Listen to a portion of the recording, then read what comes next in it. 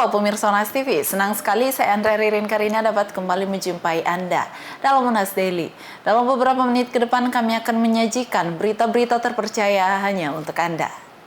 Pemirsa, masuknya mahasiswa baru ke Universitas Hasanuddin telah menciptakan antusiasme luar biasa di kalangan mahasiswa untuk menemukan wadah guna mengasah dan mengembangkan minat serta bakat mereka.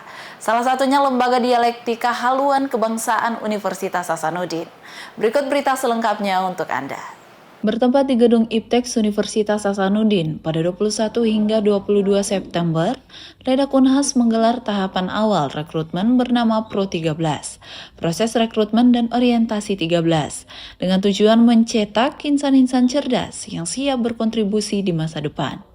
Sebanyak 232 mahasiswa memilih Lembaga Dialektika Haluan Kebangsaan Universitas Hasanuddin atau Ledak Unhas sebagai tempat untuk memulai perjalanan mereka.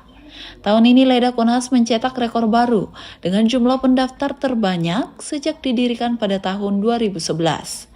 Kegiatan Pro 13 berjalan lancar, diisi dengan pemateri-pemateri hebat yang berasal dari Ledak sendiri, memberikan wawasan mendalam kepada peserta mengenai organisasi ini. Antusiasme peserta terlihat jelas sepanjang acara, dengan kegiatan yang berlangsung meriah dan tidak membosankan. Materi yang disampaikan pun membuat para peserta semakin memahami visi dan misi Ledak, serta mempersiapkan mereka menjadi bibit unggul di masa depan. Salah satu peserta mengungkapkan bahwa rumah yang ideal adalah rumah untuk berkembang, dan ia memilih Ledak sebagai rumah karena rumah adalah Ledak.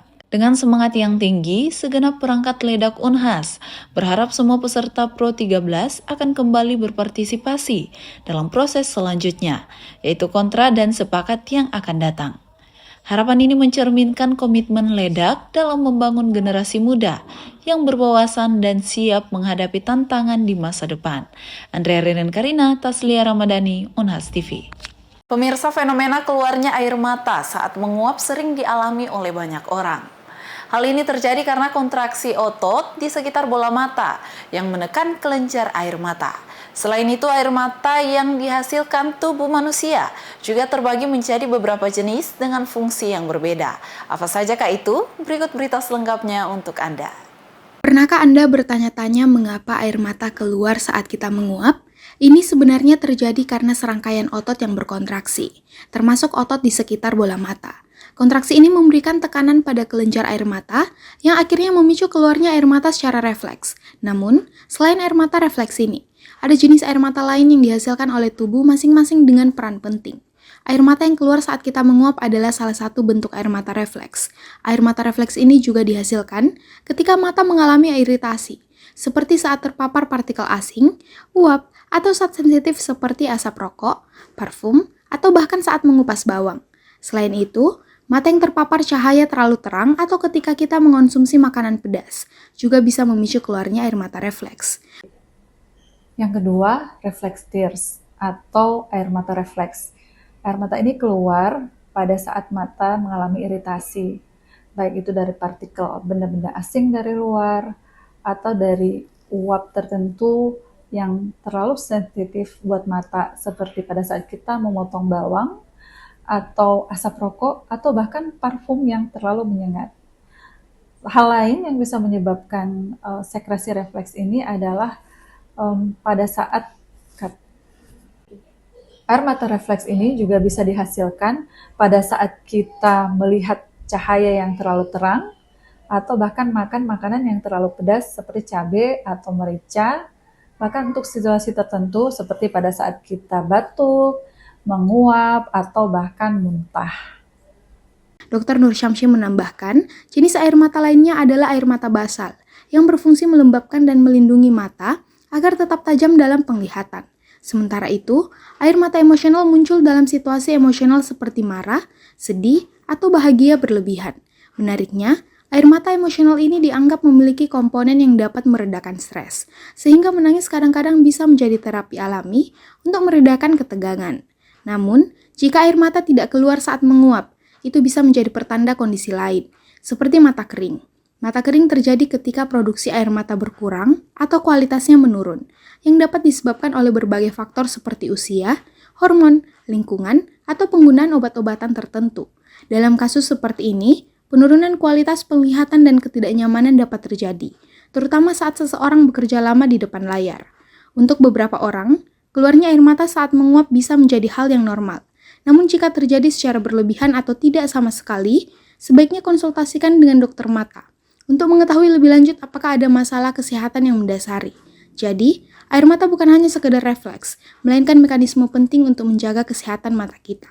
Pastikan mata Anda tetap terjaga, dan konsultasikan kepada ahli jika ada keluhan yang tidak biasa. Feni Septiani Samuel, Unhas TV. Pemirsa, dalam rangka melaksanakan kegiatan Sabda Luhur yang kedua di tahun 2024, Universitas Brawijaya menyelenggarakan diskusi kelompok terarah terkait penyusunan dan review instrumen pengukuhan perilaku luhur Brawijaya Globalizing yang bertempat di Hotel Gendis, Kota Batu. Acara ini juga dihadiri oleh para ahli dari berbagai bidang, mulai dari tim ahli cagar budaya Malang, alumni serta mahasiswa, dan anggota Globalizing UB. Acara Sabda Luhur yang diadakan pada Selasa 17 September 2024 ini bertemakan perilaku luhur Brawijaya. Hal ini merupakan kemampuan individu untuk berperilaku mulia berdasarkan nilai-nilai yang sudah terpetakan pada Sabda Luhur yang diselenggarakan pada tahun lalu. Menurut Dr. Intan, kegiatan Sabda Luhur tahun ini bertujuan untuk mengenalkan kembali nilai-nilai sosial di era saat ini yang mulai luntur karena perkembangan zaman. Jadi kegiatan Sabda Luhur Brawijaya ini adalah kegiatan untuk mencoba mengeksplorasi nilai luhur dari sikap dan perilaku luhur nenek moyang kita. Tujuannya adalah untuk mengenalkan kembali ya nilai-nilai ini yang memang saat ini sudah banyak sekali tantangannya ya dengan perubahan sosial yang terjadi sekarang ini. Pada chapter kedua ini diharapkan dapat menjadi alat ukur yang dapat digunakan di kampus biru tentang bagaimana perilaku luhur para mahasiswa. Jadi kegiatan Sabda Luhur Brawijaya yang sekarang berlangsung ini sebenarnya adalah rangkaian terusan gitu, begitu nggih, dengan Sabda Luhur Brawijaya yang chapter 1 yang tahun lalu kami kerjakan. Jadi waktu di chapter 1 kami melakukan pemetaan kira-kira nilai luhur atau perilaku luhur itu apa saja begitu. Nah, hasil dari pemetaan tersebut kemudian kami breakdown-kan hari ini di chapter yang kedua. Dari Malang, tim liputan UB TV melaporkan untuk Unas TV. Baik pemirsa, berita tadi sekaligus menutup perjumpaan kita hari ini. Jangan lupa untuk terus saksikan Unas Daily hanya di Unas TV.